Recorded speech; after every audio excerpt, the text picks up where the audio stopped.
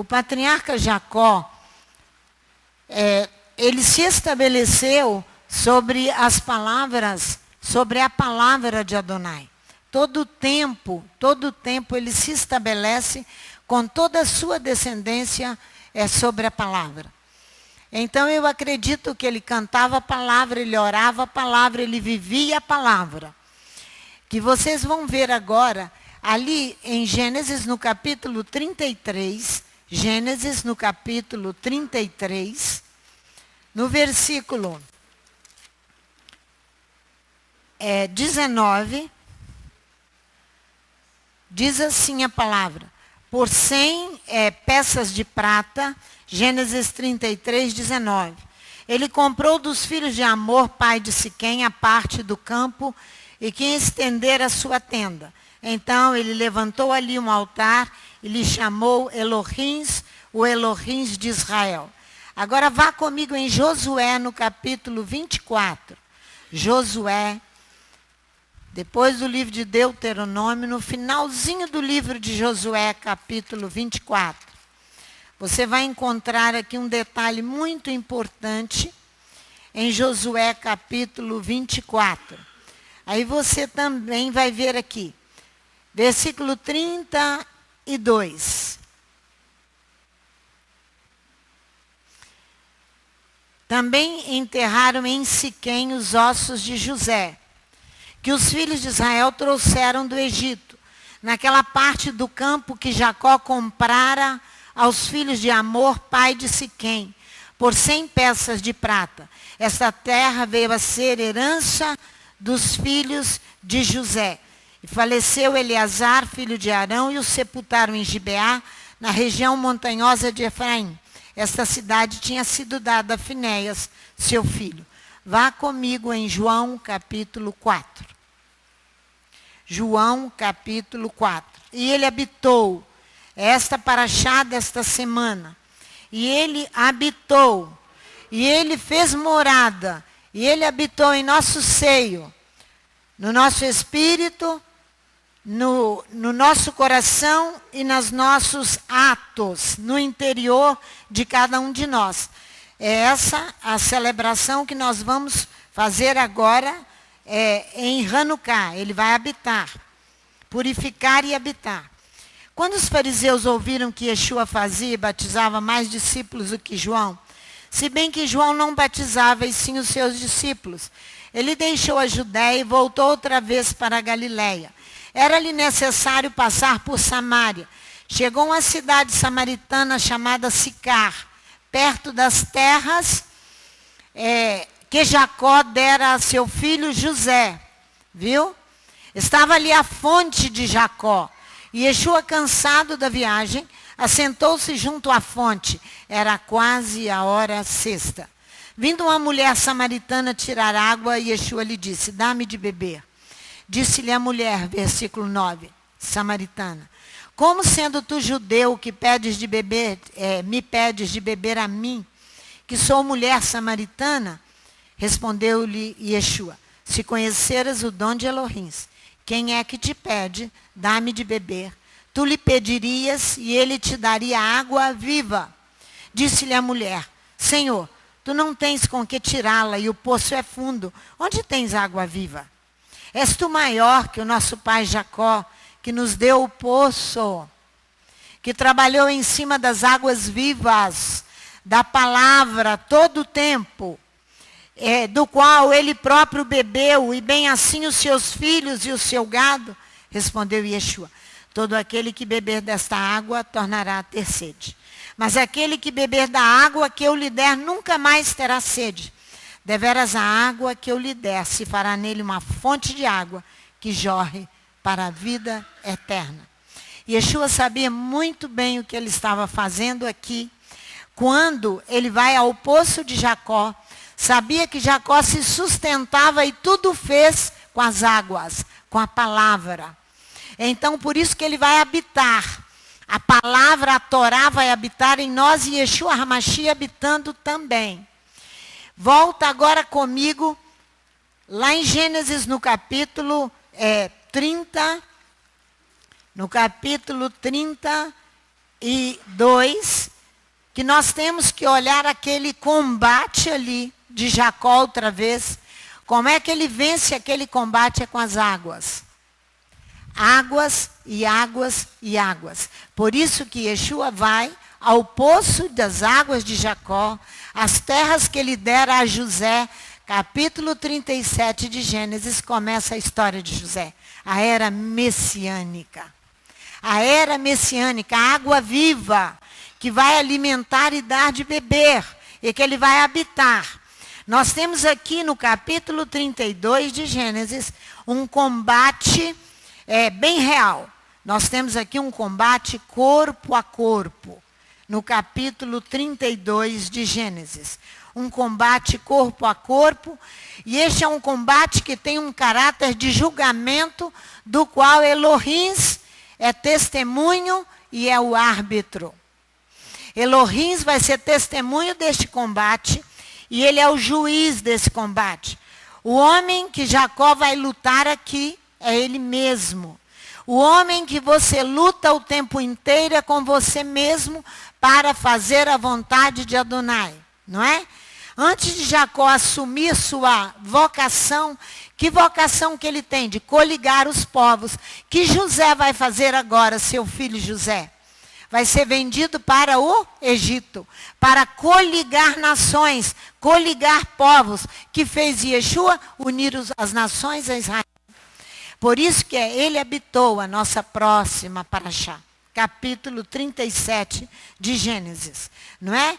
Então, ele se libera do homem, olha aqui, ao preço de sua bênção, ou seja, ao preço de seu reconhecimento e a confirmação das bênçãos e promessas feitas a Isaac. Veja aqui, antes de você olhar no 32, veja no 26. Olha aqui, quando eu disse para vocês que ele está sobre as bênçãos da palavra.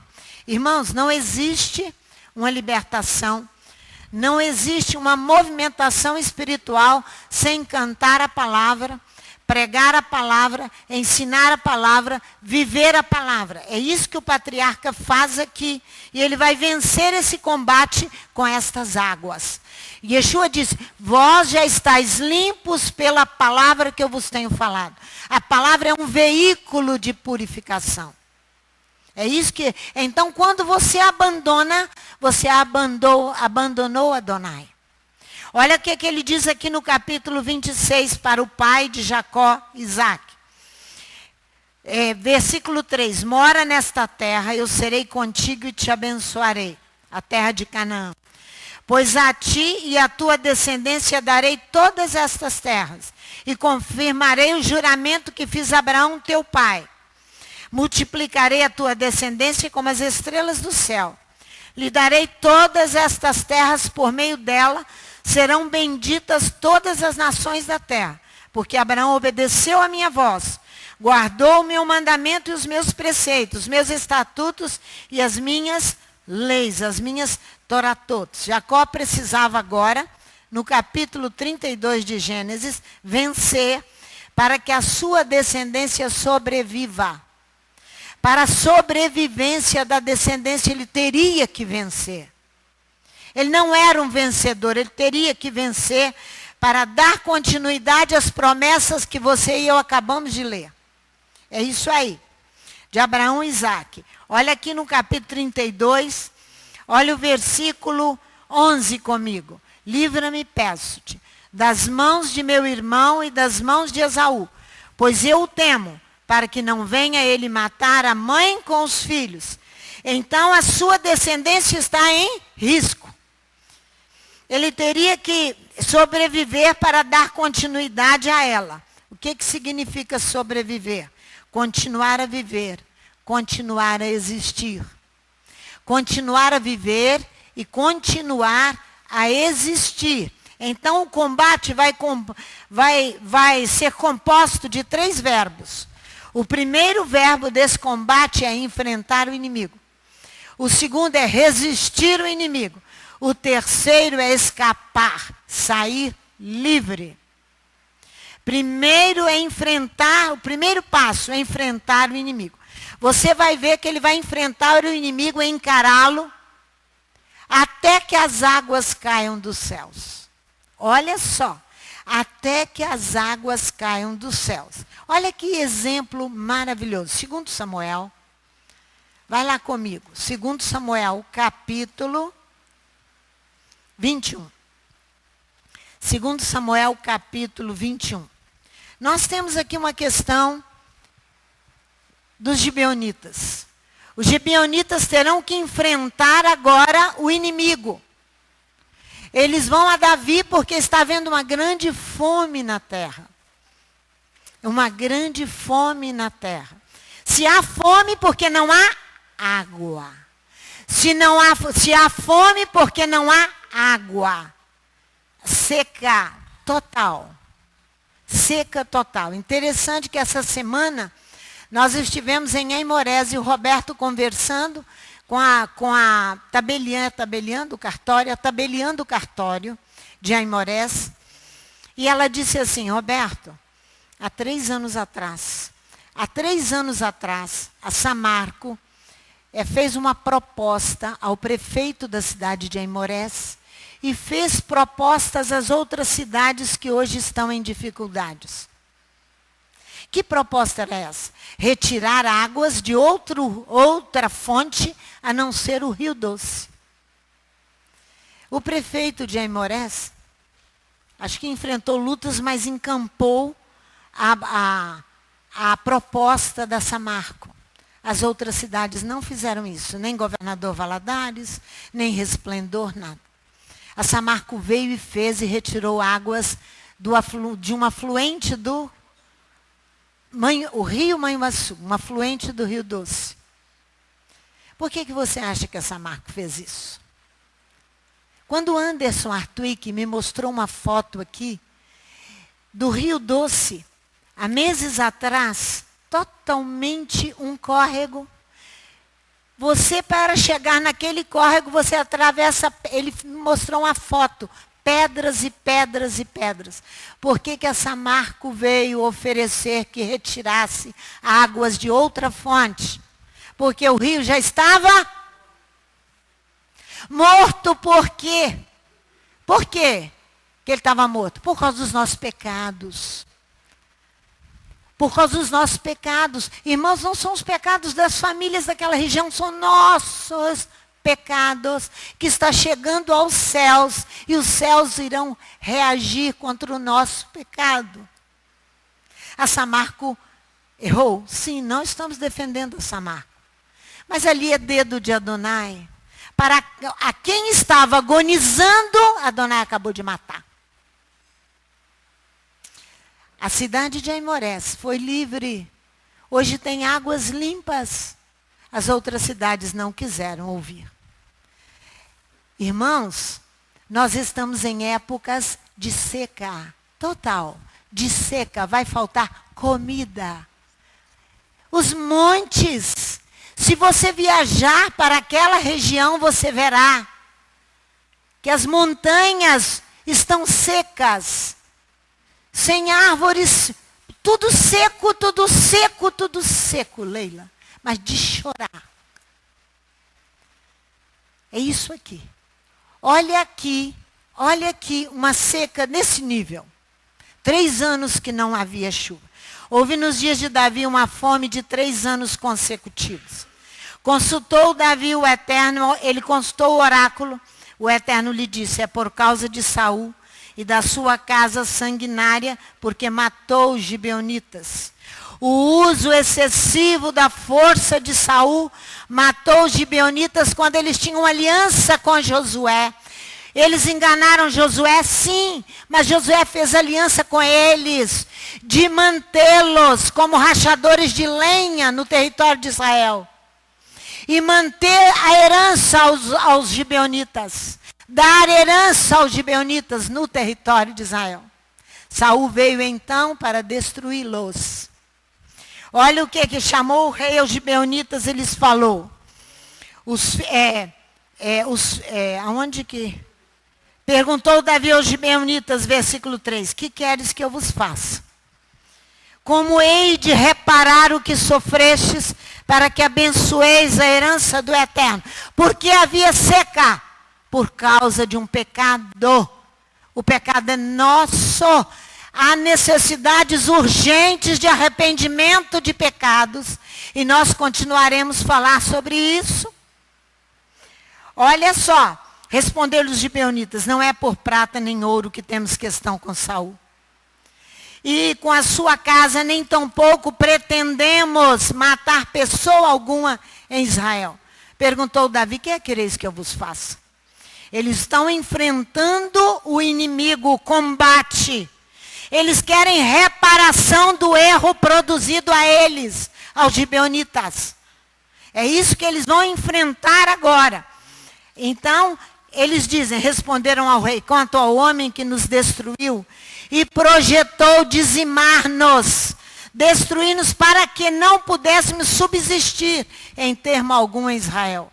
A promessa para Jacó é coligar povos, é trazer Israel e unir Israel aos povos. Não dizimá-los e não permitir que tenha herança em Israel. Olha aqui. De seus filhos se nos deem 7 homens, para que os enforquemos ao Eterno em Gibeá, de Saul, o eleito do Eterno. E o rei disse: eu os darei. Porém o rei poupou Mefibosete, filho de Jonatas, filho de Saul, por causa do juramento do Eterno que entre eles houvera, isto é, entre Davi e Jonatas e filho de Saul.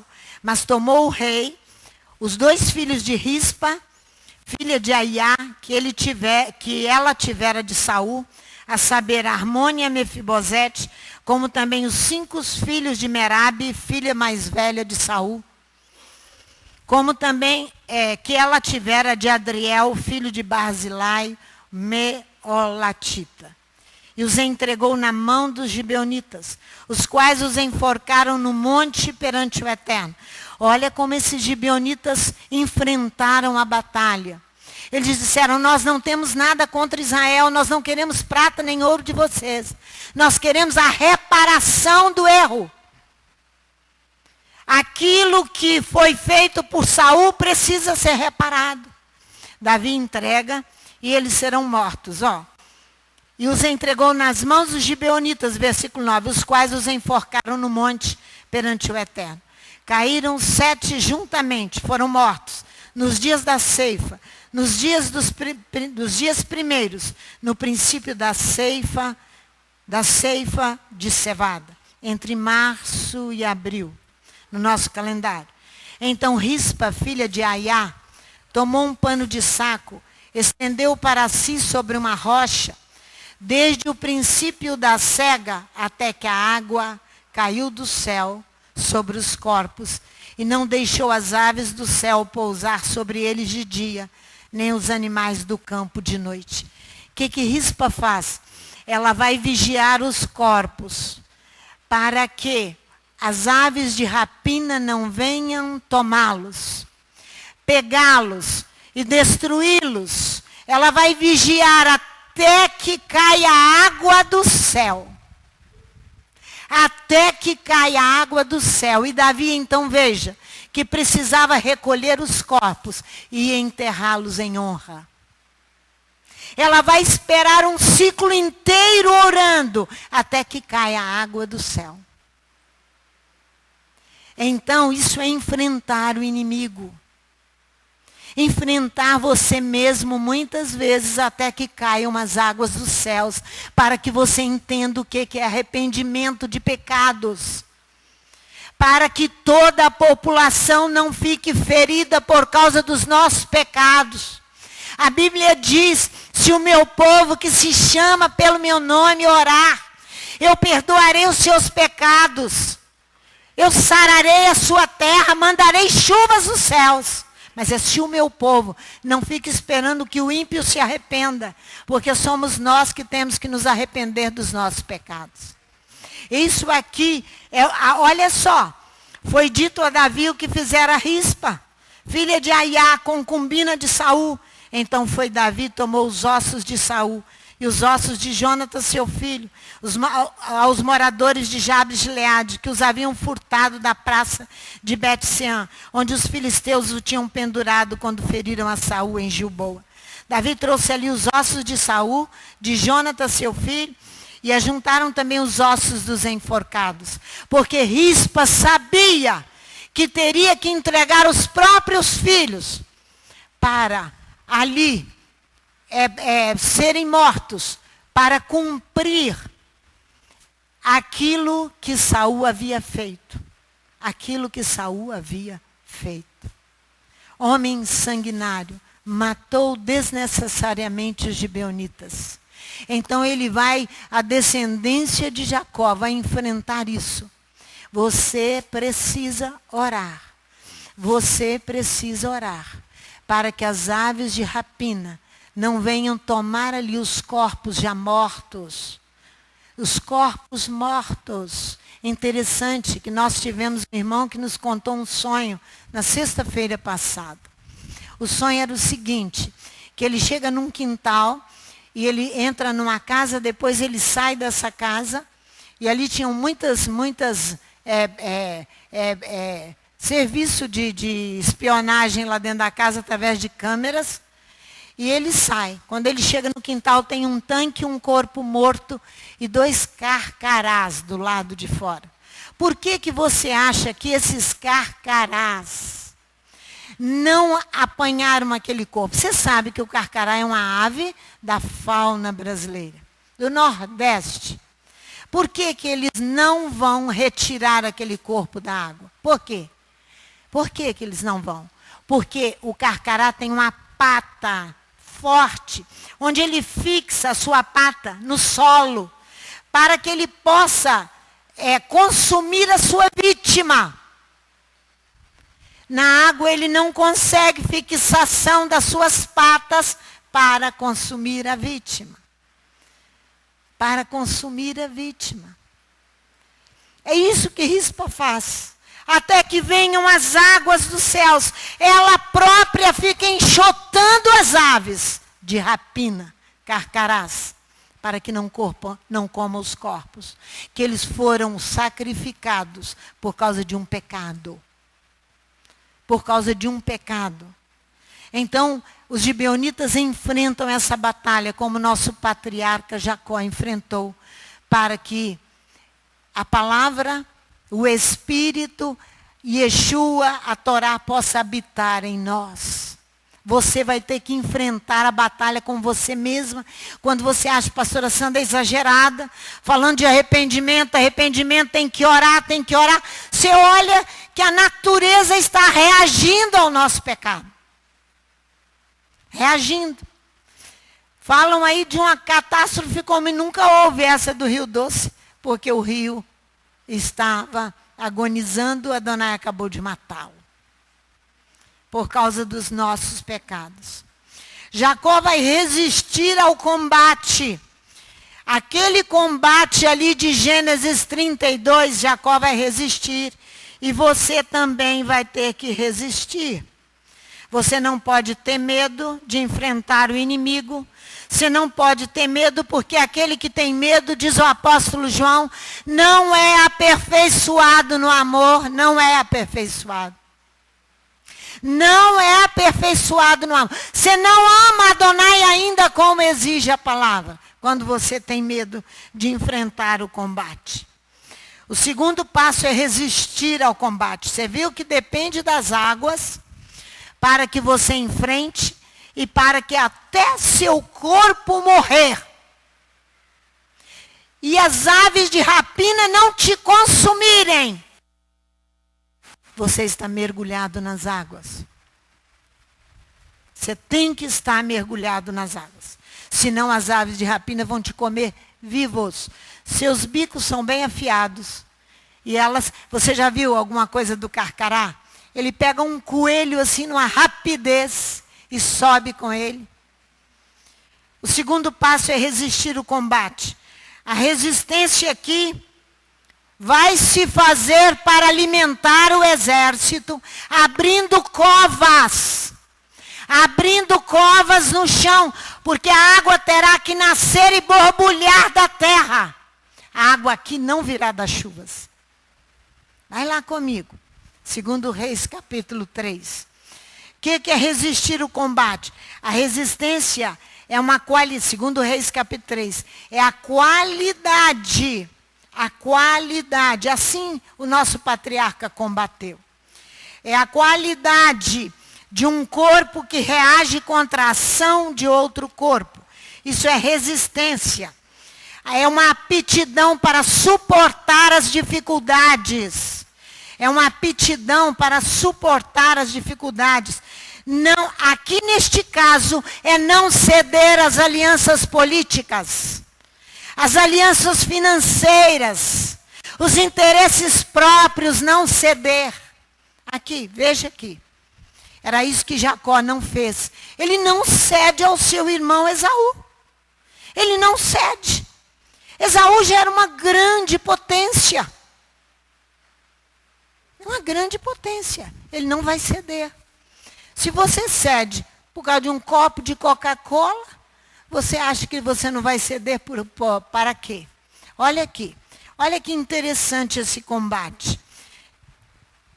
Jorão, filho de Acabe, começou a reinar sobre Israel em Samaria no 18º ano de Josafá, rei de Judá, e reinou 12 anos. Fez o que era mal aos olhos do Eterno, mas não como seu pai, nem como a sua mãe. Tirou a coluna de Baal que seu pai fizera, contudo aderiu aos pecados de Jeroboão. Quem era Jorão? Filho de Acabe de Jezabel, o casal mais elegante de tanta prostituição da Bíblia. Mais elegante de prostituição é esse casal. Contudo, aderiu os pecados de Jeroboão, filho de Nebate, que fizera pecar a Israel. Ora, versículo 4. Messa, rei dos Moabitas, era criador de ovelhas. Pagava tributo a Israel de 100.000 cordeiros, 100.000 carneiros com a sua lã. Mas sendo morrido Acabe, revoltou-se o rei dos Moabitas contra o rei de Israel.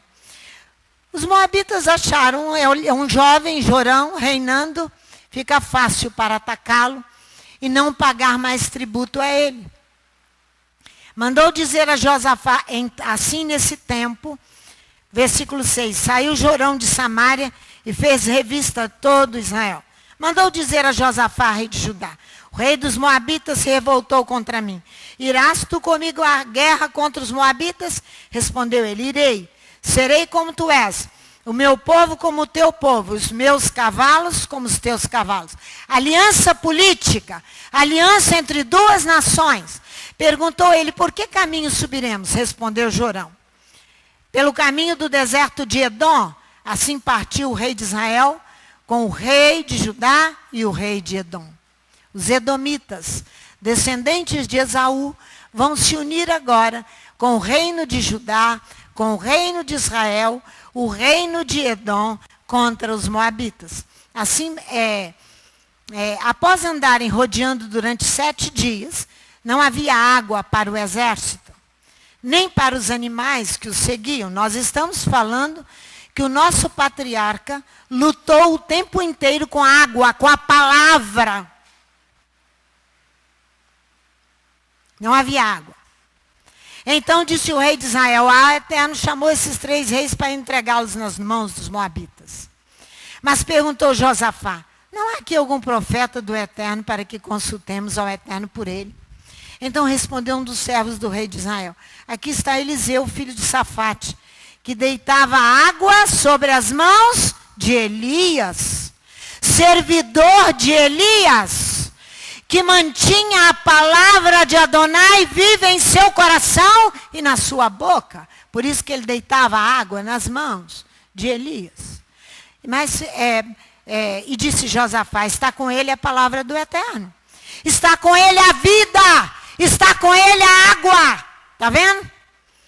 Então o rei de Israel, Josafá e o rei de Edom desceram a ter com ele. Mas Eliseu disse ao rei de Israel, que tenho eu contigo? Vá aos profetas de teu pai e aos profetas de tua mãe. Porém o rei de Israel lhe disse, não, porque o Eterno chamou estes 3 reis para entregá-los nas mãos dos moabitas. O profeta Eliseu estava com Jorão atravessado na garganta.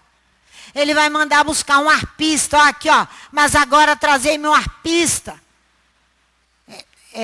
Não, disse Eliseu, tão certo como vive o Eterno dos Exércitos, em cuja presença estou. Se não respeitasse a presença de Josafá, rei de Judá, não olharia para ti nem te veria. Mas agora traz-me um arpista, para eu acalmar o meu espírito, diz o profeta Eliseu, para que eu possa profetizar o que precisa se fazer, para que todo Israel não pereça. É isso que ele fala. O profeta está com ele aqui, ó. Olha só, disse assim, 16, e disse, assim diz o Eterno, fazei neste vale muitas covas.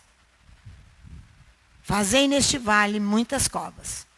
Porque assim diz o Eterno, não vereis vento, nem vereis chuvas, contudo este vale se encherá de água, bebereis vós, o vosso gado e os vossos animais, e o exército será salvo. Não existe guerra sem a palavra. Não existe guerra sem a palavra. Não existe. A palavra dá de beber aos animais, ao exército, aos reis e livra Israel. Por que aqui é uma aliança política errada? Eu vou te mostrar. Josafá em 2 Crônicas, capítulo 19, vai lá. 2 Crônicas, capítulo 19, Josafá vai fazer aliança aqui. E vai ser repreendido pelo profeta por fazer aliança com os edomitas e fazer aliança com o rei de Israel, que já estava sem hablar com Adonai, sem falar com Adonai. Sem falar com Adonai. E ele vai e faz aliança. Olha aqui, versículo 2. O vidente Jeú, filho de Anani, saiu ao encontro do rei Josafá e lhe disse, devias tu ajudar o ímpio e amar aqueles que odeiam ao Eterno. Por isso virá sobre ti grande ira da parte do Eterno. O profeta vem aqui chamar a atenção de Josafá por causa daquela guerra, que ele vai se unir com Jorão. Era rei de Israel, mas era ímpio, porque não falava mais com Adonai. Com os descendentes de Edom. Vai lá em Obadias para você ver o que fez os descendentes. Não precisa ir lá agora não. Depois você vê. Então isso é resistir o combate com a água. Resistir o combate. É a aptidão de suportar, não ceder. As alianças, conservar-se firme para não sucumbir. Para não sucumbir. É isso que ele está falando. Olha no capítulo 20, vira a página aí da sua Bíblia. Versículo 31. Assim reinou Josafá sobre Judá. Era da idade de 35 anos quando começou a reinar. E 25 anos reinou em Jerusalém.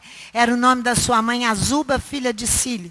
Andou no caminho de Asa, seu pai, e não se desviou dele, fazendo o que era reto aos olhos do Eterno. Contudo, os altos não se tiraram. E o povo ainda não tinha disposto o coração para com Elohim de seus pais, para seguir a palavra. Ora, quanto ao restante dos atos de Josafá, assim os primeiros como os últimos, está escritos nas notas de Jeú, filho de Anani, que sim as inseriu no livro dos reis de Israel. Depois disso, Josafá, rei de Judá, se aliou com Acasias, rei de Israel, que procedeu impiamente. Aliou-se com ele para fazerem navios que fossem a Tarsis. Depois que fizeram os navios em Ezion-Geber, Eliezer, filho de Dodava, de Maressa, profetizou contra Josafá, dizendo, por que te aliastes com Acasias? Por que fizestes alianças com quem não tem que fazer? O Eterno destruiu as tuas obras. Os navios se despedaçaram e não puderam ir a Tarsis. Faça covas, porque as águas vão brotar em grande quantidade. Vão borbulhar em grande quantidade. Jacó assim fez. Todo o seu combate durante a noite inteira foi para que ele pudesse enfrentar o inimigo, que era ele mesmo, para que ele pudesse resistir esse combate e para que ele pudesse escapar. Escapar de quê, irmãos? Da paralisia, do adormecimento das faculdades motoras, do adormecimento, volta lá em Gênesis 32, do adormecimento das faculdades motoras. Gênesis 32, 25, olha aqui o que acontece aqui. Olha aqui. Quando o homem viu que não prevalecia, o que eu disse que nós temos que resistir, temos que ter a qualidade da resistência. Quando ele viu que ele não prevalecia contra ele, tocou-lhe a juntura da coxa e se deslocou a juntura da coxa de Jacó enquanto lutava com ele. Qual era a intenção? Paralisar as faculdades motoras, para que o homem não fique de pé e marche em direção a Adonai. Para que não fique de pé e marche. Olha o versículo 30. Jacó chamou aquele lugar Penuel, pois disse, vi a Elohim face a face e a minha vida foi poupada. O nome Penuel, é tornai-vos para El. Retornai-vos para ele. Retornai-vos para Jacó retornar à sua terra e à terra de seus pais. Primeiro, o nome teve que ser trocado, você já viu isso hoje, não é? Israel é uma etimologia da palavra em relação com o contexto. Explica-se que este nome Israel vem da raiz Iachar, que significa ele retificará. Que Adonai irá retificar? Ou seja, corrigir nossas faltas e reajustar-nos a ele. Corrigir, mas eu preciso confessar pecado para que ele possa me reabilitar. Eu e você. Precisamos nos reajustarmos a ele. Purificar-nos por meio da palavra. Purificar por meio da palavra. Água. Agora você vai ver que ele vai sarar Israel em relação com o contexto. Vem da raiz Iachar, que significa ele retificará. E sobre a raiz sarar. Ele será o Delfim de El, o herdeiro de Adonai. Vamos lá, em João capítulo 5. Olha aqui as águas. Nós estamos falando de águas. João capítulo 5. Começamos lendo João capítulo 4. O poço de Jacó. Porque agora José assumirá o comando, a história de José. Jacó se retira e Adonai vai habitar. Numa era messiânica, não é? Olha só. Algum tempo mais tarde, Yeshua subiu a Jerusalém para assistir uma festa. Essa é a festa dos tabernáculos. Ora, existia em Jerusalém, próximo à Porta das Ovelhas, um tanque chamado em hebraico Betesda, o qual tem 5 pavilhões. Esse é uma piscina. É uma piscina aqui, chamada em hebraico Beit Hasda. Beit Hasda é transcrito em português como Betesda. É Beit Ha-Hesed, casa do bem-querer. Tem vários nomes dados a esta piscina. Olha o que vai acontecer nessa piscina. Olha aqui, que coisa interessante. Nestes jazia grande multidão de enfermos, cegos, coxos e paralíticos. Um anjo descia em certo tempo, agitava a água. Não, a água borbulhava na piscina. Não era agitada, não, ela borbulhava naquela piscina.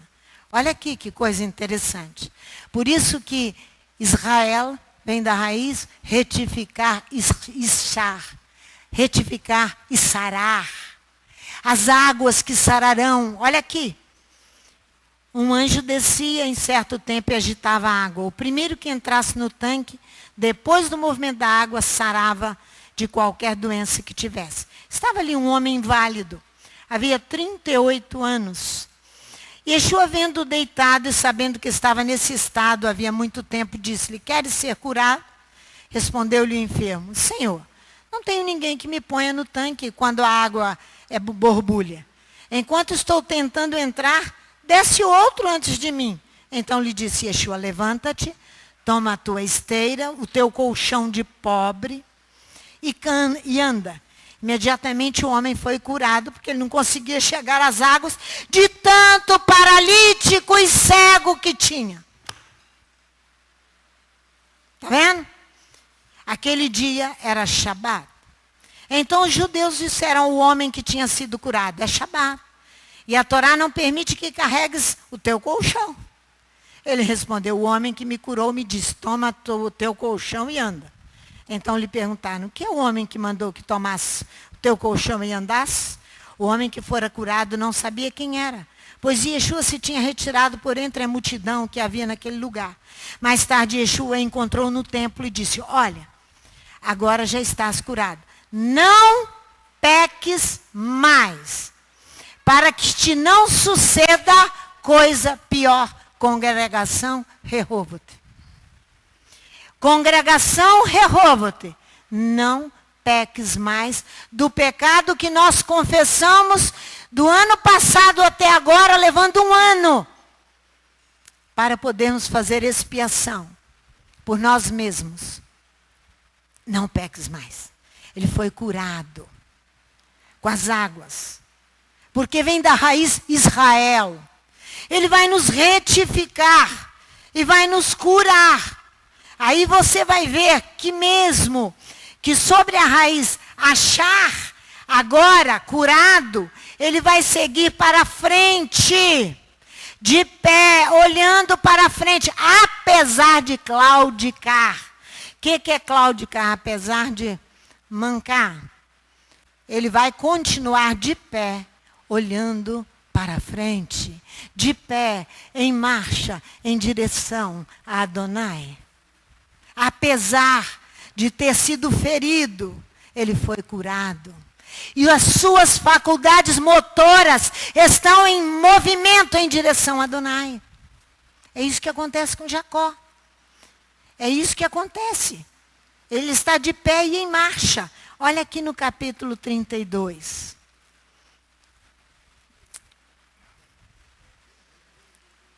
Gênesis 32. Por favor, para encerrarmos. 32, versículo 31.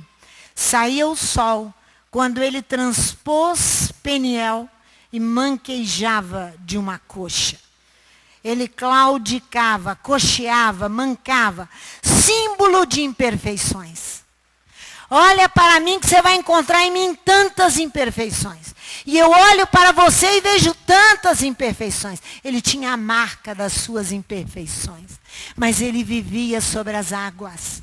Sobre a palavra. Sobre a palavra ele enfrentou o inimigo. Sobre a palavra ele foi sustentado. Sobre a palavra ele foi sarado. Foi isso que acontece com Jacó. Para que Adonai pudesse vir habitar. Para que Adonai pudesse vir habitar. Então sua descendência agora está apta para retornar para Canaã, terra de seus pais. Para reforçar seu reconhecimento a Elohim e a permanência de seu enraizamento no país, ele vai levantar o altar que permitirá um serviço contínuo a Adonai. Olha aqui para você ver. Gênesis 35. E agora nós vamos ligar esta paraxá a outra. E ele habitou. Vaieshev. Olha aqui, 35, versículo, coisa linda, irmãos. 35, versículo 1. Então disse Elohim a Jacó: levanta-te, sobe a Betel, habita ali, faz um altar ao Elohim que te apareceu quando fugias da presença de Esaú, teu irmão. Então disse Jacó à sua família e a todos que com ele estavam: lançai fora os deuses estranhos que há no meio de vós. Purificai-vos e mudai as vossas vestes. Levantemo-nos, subamos a Betel, onde farei um altar ao Elohim, que me respondeu no dia da minha angústia, que foi comigo no caminho por onde andei. Então deram a Jacó todos os seus deuses estranhos, que tinham nas mãos, e as argolas que lhes prendiam das orelhas. Jacó os escondeu debaixo do carvalho que está junto a Siquém. Então partiram, e o terror de Elohim caiu sobre as cidades que estavam ao redor deles, e não seguiram aos filhos de Jacó. Assim chegou a Jacó a luz, que está na terra de Canaã, em Betel.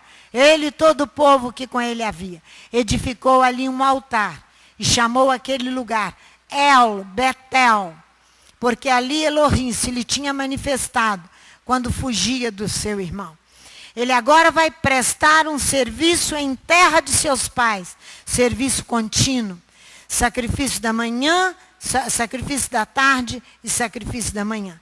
Então ele vai habitar no coração daqueles que foram transplantados. Elohim habitará. Temos agora uma evidente intenção messiânica, inspiração e reconciliação do homem com Elohim. Olha aqui, você vê no capítulo 36, são as gerações de Esaú. Eu quero ainda ler com vocês para ligar a próxima paraxá. E ele habitou. São essas as gerações de Esaú, versículo 1. Esaú tomou suas mulheres dentre as filhas de Canaã, Ada, filha de Elon, Eteu, Oolibama, filha de Aná, filho de Zibeão, Eveu. E Basemate, filha de Ismael, irmão de Nebaiote. Ada teve de Esaú a Elifaz, Basemate teve a Reuel.